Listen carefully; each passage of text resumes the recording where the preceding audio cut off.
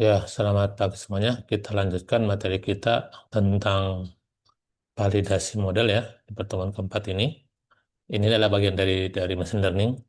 Ini hampir sama dengan waktu kita belajar sebelumnya di sains data, tapi waktu itu hanya secara machine learningnya, tapi di sini lebih banyak lagi nanti yang saya ulas sebelum kita masuki pertemuan berikutnya itu bicara tentang algoritma machine learning itu gitu ya.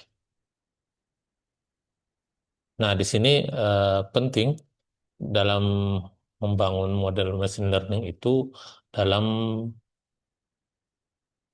dalam pengetahuan lebih dalam tentang validasi model karena validasi model ini berkaitan dengan performa model nanti ya. Performa model itu yang menjadi tolak ukur gitu ya. Jadi performa model itu mening dengan adanya validasi model yang pas gitu ya. Ya, dengan adanya ini performanya bisa meningkat itu ya. Nah, begitu. Jadi bisa menjadi apa namanya yang harus saya bilang harus ya. Jangan hanya nanti tahu hanya satu. Yang satu itu tidak cocok tapi Anda gunakan nanti dalam hal validasi modelnya gitu ya. Nah, dalam validasi model itu berbagai macam cara, berbagai macam apa namanya model atau teknik yang digunakan. Itu sama-sama dibolehkan sama di dalam machine learning karena secara teori sudah ada secara apa secara teori sudah dipertanggungjawabkan dalam dunia akademik bahwa beberapa model itu bisa menjadi tolak ukur tolak ukur dari model itu begitu ya.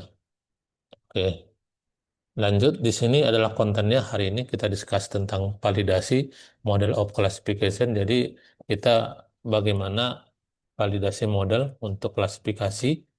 Yang kedua, hold out ya, metode ini namanya salah satu metode ya yang digunakan dalam hal validasi. Termasuk juga random subsampling, ini juga sama menggunakan untuk klasifikasi, untuk validasi model ya. Nanti ada lagi namanya coupled cross validasi. Coupled itu hanya bisa dirubah-rubah nanti. Ini kayak ini tidak fix ya.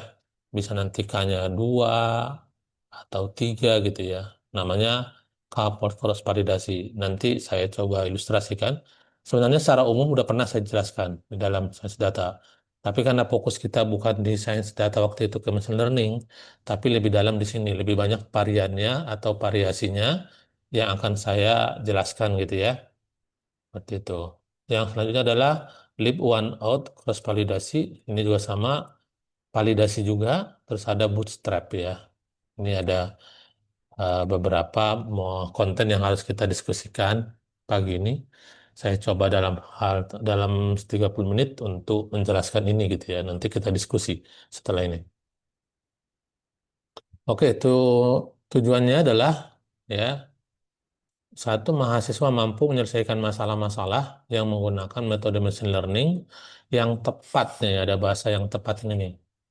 Jadi bukan hanya bisa menggunakan metode machine learning tapi tidak tepat gitu ya. Itu yang jadi challenge-nya ya untuk ke depannya. Untuk berdasarkan supervised ya, unsupervised dan reinforced learning. Baik secara individu baru baru bekerja kelompok, tapi karena kita apa namanya kelasnya jauh, kita fokusnya adalah individu aja ya. Oke, lanjut untuk instruksi khususnya, memahami bagaimana memecah the whole data menjadi data training dan data set. Maksudnya, bagaimana teknisnya, bagaimana pengetahuan kita dari semua data, seluruh data itu, bagaimana membaginya, mana yang dikatakan data training, mana yang disebut dengan data testing, dan bagaimana cara baginya gitu ya. Nah, terus yang kedua, mampu memecah the whole data menjadi data training dan data set. Nah, di sini bagaimana? Bicara bagaimana itu Anda tahu banyak cara. Tentang caranya bagaimana? Kalau di sini Anda sudah bisa me- memecahnya. Memecah dalam artian di situ Anda punya pengetahuan di dalam pemecahannya dari whole whole data ini menjadi ada data training, ada menjadi dan data data uh, testing, data tes gitu ya. Gitu. Oke, nextnya adalah model klasifikasi. Sudah. Nah ini hold out itu metode itu adalah salah satu metode metode apa split dataset ke dalam dua grup itu ya. Satu adalah training set. Training set itu sama-sama kita ketahui adalah used to train the classifier. Kita gunakan main train untuk klasifikasi, gitu ya, klasifikasi. Terus yang test set itu adalah digunakan untuk mengestimasi atau memprediksi error rate, seberapa tingkat errornya, gitu ya, di dalam model itu ketika kita tes, gitu ya. Nah, update train classifier dalam training kelas untuk klasifikasi ya. Nah, ini ilustrasinya. Ini the whole datanya, total number of example-nya, dia adalah the whole datanya, itu ya, the whole datanya seperti ini. Eh, Kalau ada 1000, berarti seribunya ya. Anggap berarti sini anggap saya kasih example-nya adalah 1000, ya. Nah, tadi bagaimana?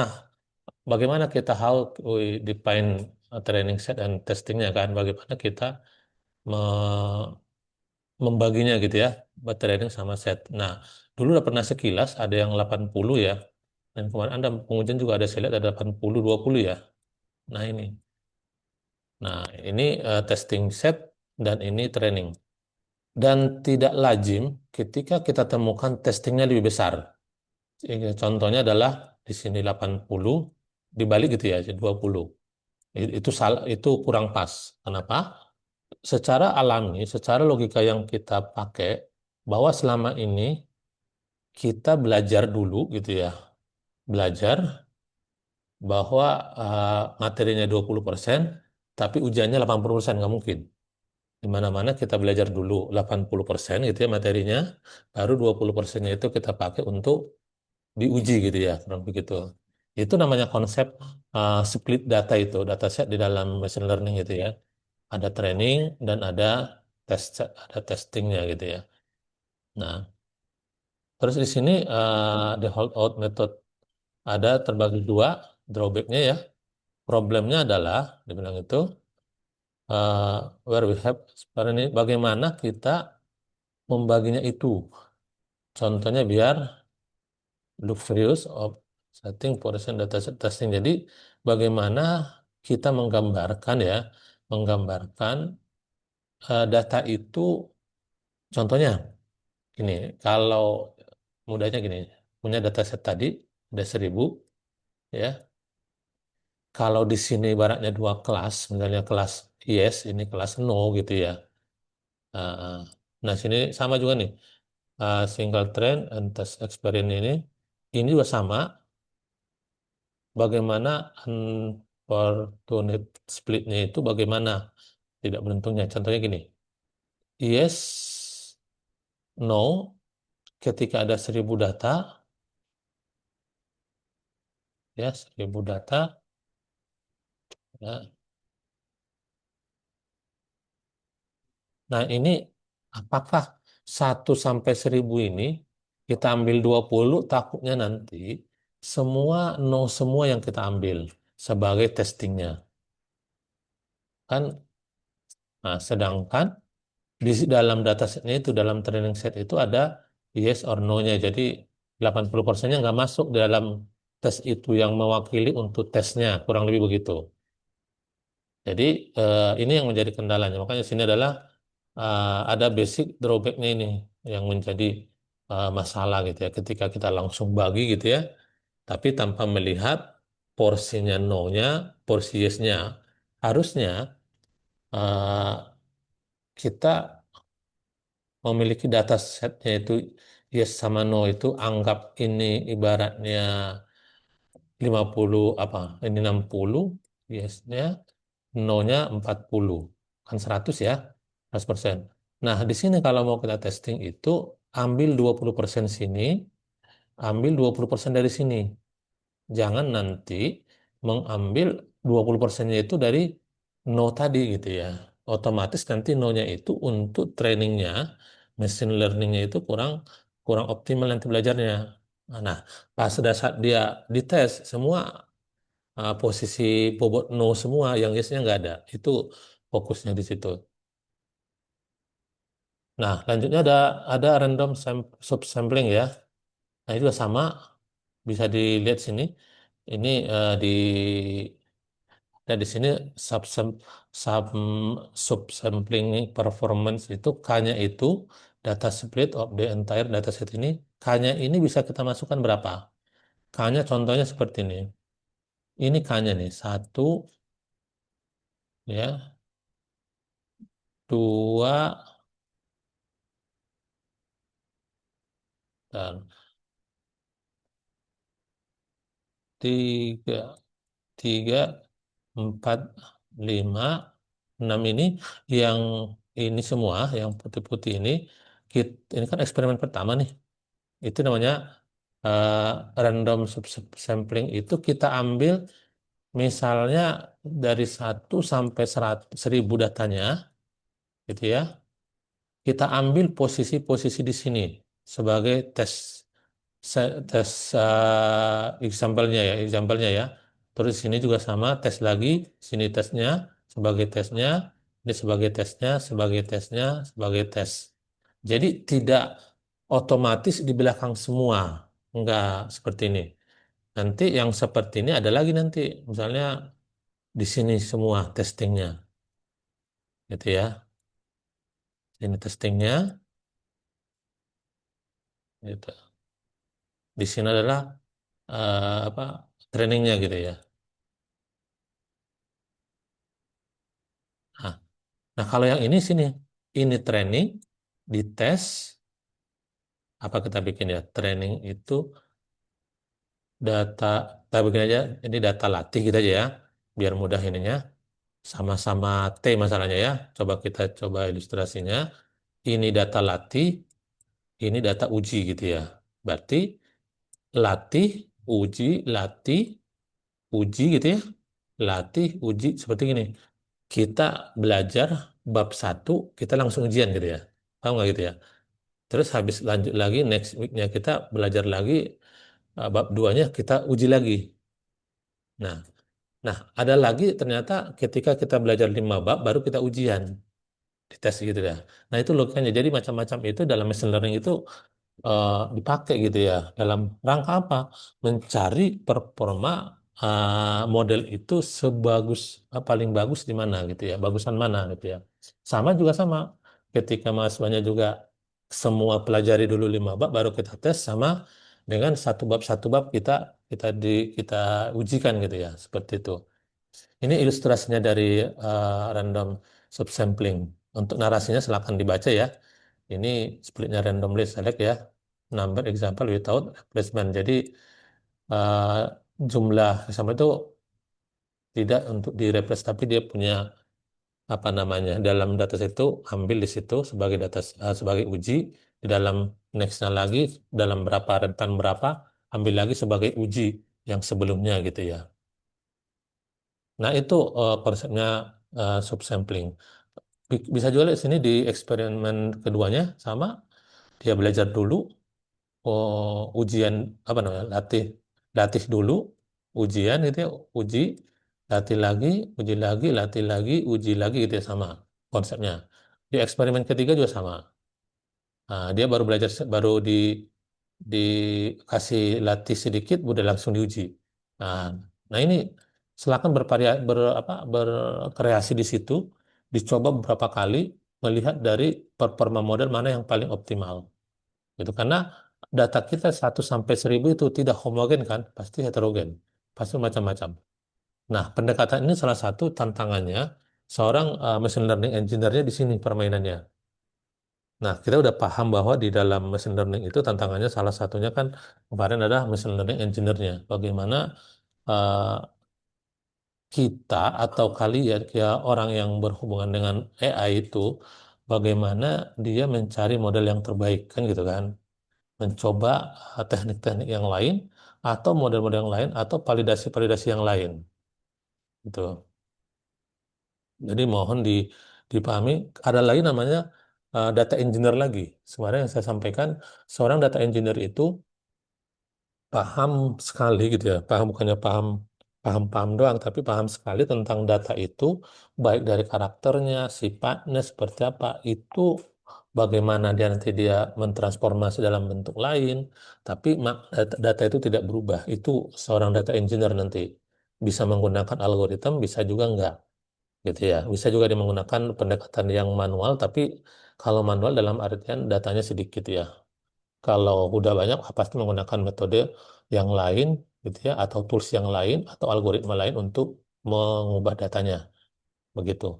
Jadi ada dua fokus, karena kita di sana ada machine learning, fokus kita adalah seorang machine learning engineer. Jadi di sini Anda bisa rekayasa dalam artian coba-coba dari eksperimen satu, eksperimen 2, eksperimen 3, gitu ya. Jadi mohon dipahami situ. Jadi ambil fokusnya. Nah, di sini dibilang itu the true error estimasi obtain the average jadi ini terus juga estimasi signifikan better than hold estimasi. Jadi ini rumusnya itu bisa signifikan nanti ya model itu ya ketika kita menggunakan konsep seperti ini. Tuh dia bilang itu significantly better ya than the hold out estimasi. Jadi bisa sangat mempengaruhi akurasinya. Oke, lanjut yang ini random subsampling ya. Untuk mudahnya lihat dari gambarnya. Ya, kalau cuma narasi kan kita membacanya kadang tidak full, apalagi kita sepotong-sepotong menggambarkannya sulit. Tapi at least ini yang dikatakan dengan random subsamplingnya.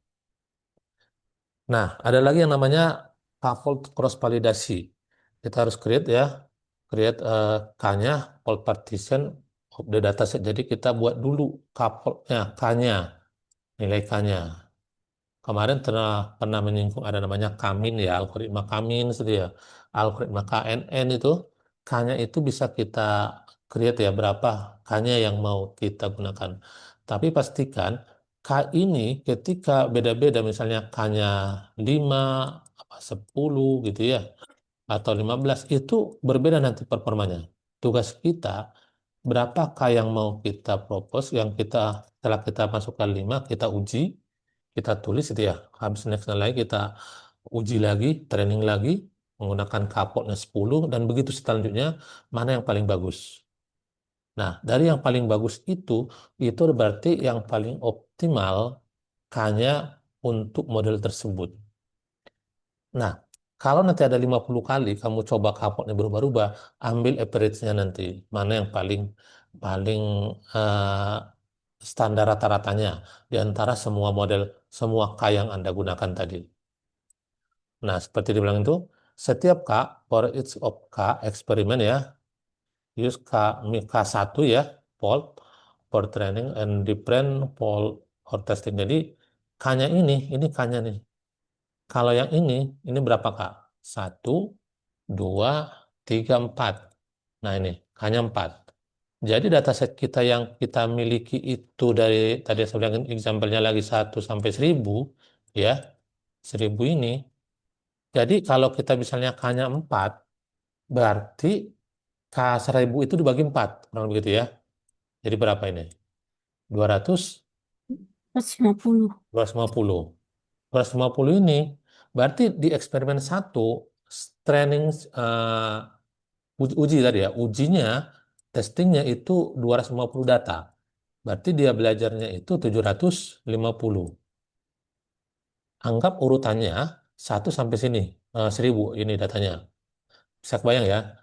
Nah, di eksperimen kedua, nextnya lagi, nah, yang di pertama tadi di sini sebagai uji, dia jadi training di sini, atau latih. Jadi uji, latih. Sini latih ya, L aja kita pakai, biar nggak uh, sulit. Nanti kita bicara training, kita tes, jadi T semua. Jadi mendingan uji sama latih. Latih, uji, latih.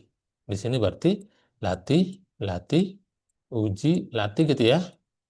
Sini latih, dia latih yang dalam artian konsep kali K-nya 4 tadi, di sini juga latih, di sini adalah uji. Jadi konsep ini, nah ini katakan dengan coupled cross validasi, ini juga sama, signifikan. Harus tahu teori ini ketika machine learningnya nanti, ketika nanti data ujinya dalam penelitian, datasetnya sedikit, bagaimana kita menangani model itu biar optimal akurasi, presisi, dan recall-nya. Dan bagaimana kita mengoptimalkan.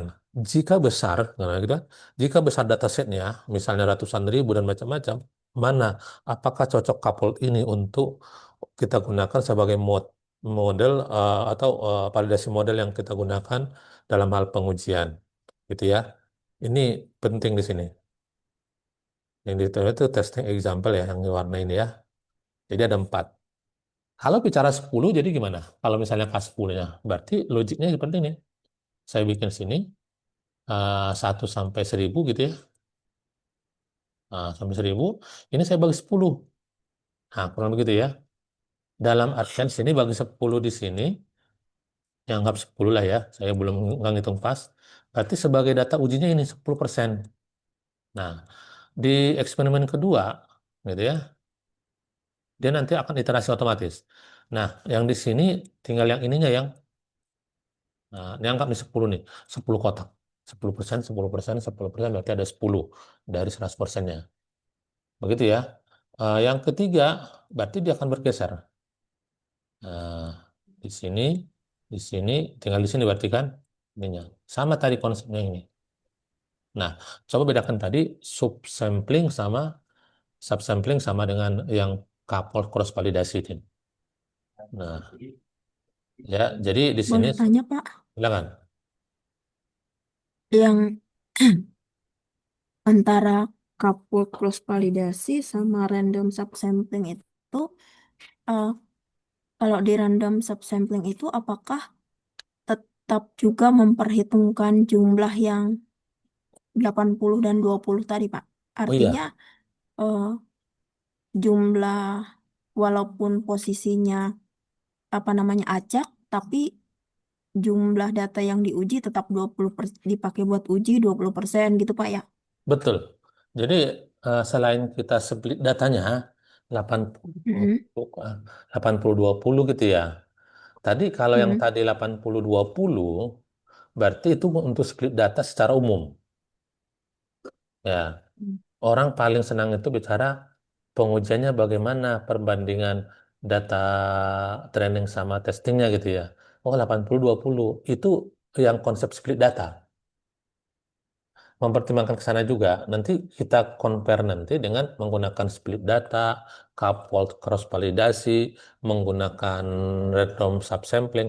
Ini bisa menjadikan TA buat kalian. Kenapa saya bilangin? Ketika datasnya ada, Anda gunakan 3 model validasi ini, mana nanti yang paling optimal, itu sudah bagus capaian kalian. Jadi intinya mempertimbangkan itu juga. Tapi saya pastikan, Bu Natalita, jadi bukan tadi setelah kita split data 80-20 gitu ya, langsung kita sub, apa tadi, random subsampling ini. Jadi ini sama dengan posisinya dengan split data, cuma ini menggunakan apa namanya random subsampling yang ini menggunakan coupled cross validasi gitu ya. Jadi nanti kalau Kalau yang menggunakan coupled ini nggak perlu lagi 80-20 lagi, berbeda lagi urusannya. Kalau 80-20, kalau kita pakai seperti ini, berarti seperti ini kan? Sorry, Mm-mm. dibagi 5 berarti ya, dibagi 5. Konsepnya itu dia 5. Dibagi 5 Ya, kan 20%. Tapi di dalam split data, dia tidak akan 5 kali nanti iterasi pengujian hanya sekali. Gitu loh. Nah, kalau ini kan sampai 4 kali kan? Karena 20%, ya. 20% gitu ya. Seperti itu. Ya, silakan ada lagi, Bu. Tanyakan aja. Kalau yang random subsampling tadi itu tetap jumlah data yang diujinya tadi tetap eh, dipakai buat uji tadi 20% gitu, Pak ya. Terus kalau Mhm.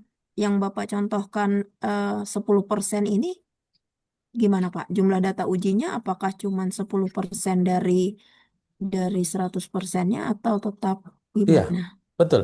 Ini 1 sampai 1000 ya. Kalau sini 10% Mm-mm. saya kasih tesnya gitu kan, berarti 90%-nya apa? Sebagai Data latih. data latih. Iya, 90/10 berarti kan? Berarti nggak mengacu ke split yang 20/80 tadi Oh, juga Pak ya? tidak, tidak. Makanya itu seorang mesin engineer itu misalnya punya, tapi secara teori itu dibolehkan semua. Silakan gitu ya.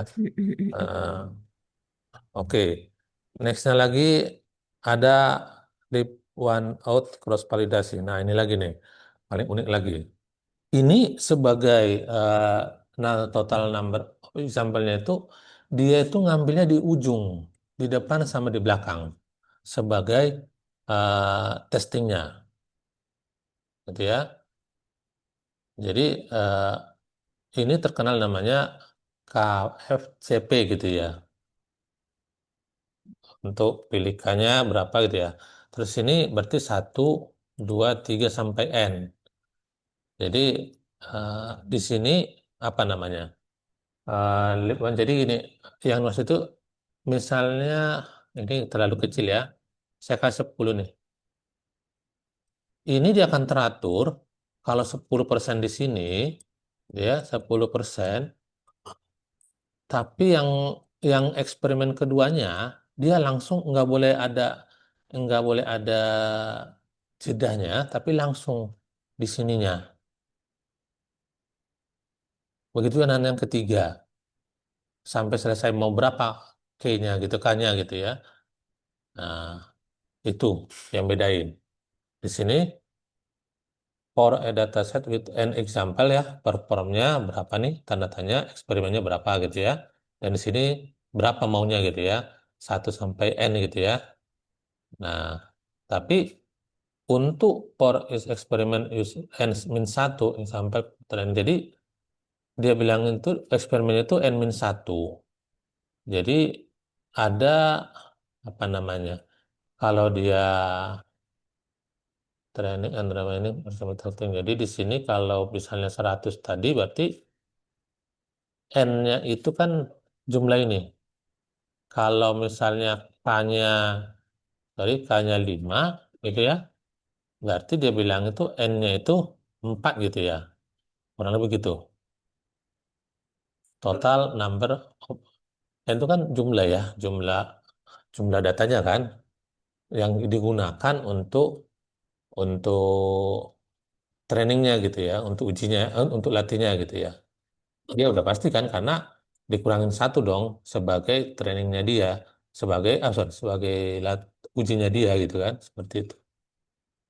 Nah, jadi bisa pastikan bahwa kita ambil satu, kalau 5 kan berarti 20% ya. Dari 20% berarti latihnya itu berarti 80 gitu ya. Berarti di N-nya kurangin 1 berarti N jumlah jumlah N-nya itu berarti misalnya kalau ini 100 gitu ya, berarti dikurangin 20%-nya gitu, kurang lebih begitu loh. Berarti 20% berarti berapa? 200 ya. Berarti tinggal N-nya itu adalah 180. Eh, 1800 gitu ya. Seperti itu. Jadi ini hanya hitung-hitungan itu aja. Oke, itu lanjut. Ini ada namanya how many volt are need ya. Yang kita butuhkan voltnya itu berapa gitu ya. Paling besar. Nah, di sini kita harus mempertimbangkan mana yang namanya bias, mana namanya varians, mana yang namanya. Jadi ini menjadi pertimbangan gitu ya untuk kita mencari portnya nanti. Makanya sebelum sebelum kita melakukan apa training itu, kita harus paham banget terhadap data itu. Terus juga harus kita lihat dari eh, nih bias itu true error estimasi will be small ya. Jadi bias ini kalau ininya jumlah portnya itu besar, ini kemungkinan akan terjadi yang positifnya, yang negatifnya. Kalau smallnya, kalau kapolnya itu kecil, ini kemungkinan berdasarkan buku yang ada, literasi yang ada, ini positifnya, ini kurang bagusnya. Tapi biasanya yang paling umum itu menggunakan kapol 10 alias sama dengan 90 banding 10 gitu ya. Nah, ini untuk data apa sih gitu ya. Nah, tapi di sini dikasih eh, apa namanya rambu-rambunya tanda kutip. Kalau besar K-nya, kalau besar port-nya apa yang akan terjadi? Kalau small port-nya apa yang akan terjadi? Dalam prakteknya, pemilihan K itu tergantung dari size dataset. Nah, ini harus butuh knowledge lagi nih. Makanya kompleksnya di sini. Dataset yang dikatakan banyak seperti apa? Gitu ya. Sama kalau saya bicara big data itu seperti apa sih? Nggak ada yang bisa jawab dari segi jumlah. Ya kan? Apakah 1.000, apakah 20.000 bisa dikatakan big data? Belum tentu. Nggak ada teori mengatakan, oh big data itu ketika 100.000 data, big data nggak ada. Jadi apa? Konsepnya di situ sama. Jadi eh, ketika yang sederhana, K-nya yang biasa optimal itu ya, apa namanya, eh, kita gunakan sudah optimal, berarti tidak butuh lagi mencoba lagi KK yang lain. Sama seperti tadi, big data itu ketika disampaikan dia 10.000 data atau 1 juta data, ternyata masih bisa menggunakan metode yang biasa, berarti itu belum big data. Kalau udah bicara big data itu, dia lebih kompleks, harus butuh metode-metode yang khusus untuk menanganinya. Kalau cuma data biasa, tidak butuh menggunakan pendekatan-pendekatan yang big data. Tapi secara jumlah mungkin bisa dikatakan iya. Tapi dalam hal penyelesaiannya tidak. Nah, sama juga di sini. Jangan hanya lihat nanti 1.000 data itu apakah besar apa tidak. Biar saya buatkan K-nya itu 10, 5 gitu enggak seperti sana. Jadi harus ada eksperimen dulu. Makanya selalu kita riset, riset dan riset gitu ya, seperti itu. Nah, terus lanjutnya di sini ada bootstrap. Bootstrap itu sama salah satu metode juga untuk validasi. Lihat di sini ilustrasinya, ya. Nah, eksperimen pertama itu X1, X1, X1, apa? Dapat X1, X3 ya. Nah, lihat deh. Jadi ya X1 dulu, X3 baru X5 baru X berapa, X berapa untuk sebagai eksperimennya. Lihat di sini sebagai ilustrasinya, X4 X4 X4 di sini X1 sebagai testingnya. Jadi di sini di mana? Diambil samplingnya gitu ya. Jadi tidak tentu. Nah, hanya itu tidak urut gitu ya. Ini sebagai posisi sebelah kanan itu namanya sebagai test setnya, ya, test setnya ini sebagai training setnya, seperti itu. Nah, ini penjelasannya akan nanti di, di, dipahami nanti ya. Terus nextnya, nah performa analisisnya, klasifikasi. Biasanya commonly user error rate ya, biasanya digunakan untuk mengukur seberapa errornya gitu ya. Dataset untuk supervise, kita bicara yang supervise. Terus digunakan untuk analisis presisi, klasifikasi presisi hasilnya dari algoritma klasifikasi. Dari algoritma klasifikasi. Ini biasanya rumusnya error, misclassified, sama dibagi number of datanya dikali 100%. Ini rumus performa analisis klasifikasinya. Nah, di sini, sorry, ini bukan tugas, tugasnya sudah ada di biasa di kampus oleh-olehnya. Nah, di sini kalau tidak salah saya udah upload tugas nanti menggunakan iris sentosa, iris versicolor sama iris virginica. Ini silakan diuji, banyak contohnya. Nanti di dalam itu tugas itu ada menggunakan beberapa split ini. Split data ini. Bagusan mana nanti hasilnya nanti. Itu sebagai tugas untuk 2 minggu lah. Nanti saya kasih pas masuk habis Lebaran seminggu lagi dia bisa Anda kerjakan. Seperti itu. Ini waktunya tinggal 3 menit akan mati otomatis. Ada yang mau tanyakan? Silakan.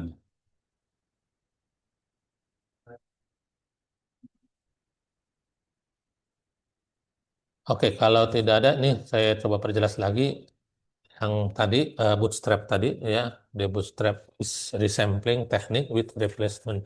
Jadi bootstrap itu dia mengambil sampel ya, teknik mengambil sampel dengan mereplace-nya gitu ya. Naruh di mana, meniban mana gitu ya Pak. Di replace saya. Jadi from dataset with berapa contohnya gitu ya. Uh, Randomly select ya with replacement berapa example and use this set for training. Dia bilang itu the remaining example that were not select for training are used stretching. Jadi the value is like change from pole to pole. Jadi antara pole to pole-nya yang bermain ini anggap ini pole-nya udah dibuatkan. Nah, jadi yang menjadi perubahan-perubahan itu di sini aja. Misalnya kita bikin eh, 5 gitu ya, potnya gitu ya. Jadi pot 5 itu kita sebagai eh, apa namanya eksperimen satu ini berapa? K3, sorry X3, X1, X3, X3, X5. Tapi kita ambil X2 sama X4 sebagai eh, apa nih? Sebagai testingnya gitu ya. Jadi berarti ini X3, X3, X5. Ini ada 5, di sini ada. Tapi jumlah di sini tidak tentu ya, gitu ya. Nah, kalau yang ini juga sama, direplace lagi nanti yang ini eksperimen pertama, eksperimen kedua yang kemarin tadi X3 direplace menjadi X5 gitu ya. X1-nya menjadi X5. X1 tetap, X3 direplace X1, X5 diganti X2. Jadi testingnya menjadi X4 aja. Nah, di sini eksperimen ketiganya X5, X5 tetap, X5 juga tetap, X1, X3 direplace menjadi X1. X1 direplace dengan X2, X2 direplace dengan S1. Jadi testingnya adalah X3 dan 4. Jadi di sini tidak ada yang apa namanya. Diulang sini repeat this process for the specific number of pole. Jadi diulangi terus prosesnya ya sampai nanti detail ya. Nah, sebelum as before the true error estimasi as average error rate datanya. Jadi di sini ada perkiraan ya rata-rata error rate-nya dalam tes data kita gitu ya. Seperti itu. Ini gambarannya. Ini yang saya juga jarang menggunakan ini, tapi teknik ini boleh dipakai juga jika nanti sudah ada kendala dalam hal tidak maksimal dalam artian coupled ya random subsampling gitu ya. Nah, yang paling umum biasanya menggunakan split data. Saya sampaikan lagi, split data yang tadi 80 ya, split data, terus ada tadi random subsampling, terus ada coupled tuh ya, sama lip tadi K, P, CP tadi ya. Nah, ini yang sering gunakan. Silakan dikomparasi nanti untuk riset kalian untuk tugas akhirnya. Itu sangat bagus. Ini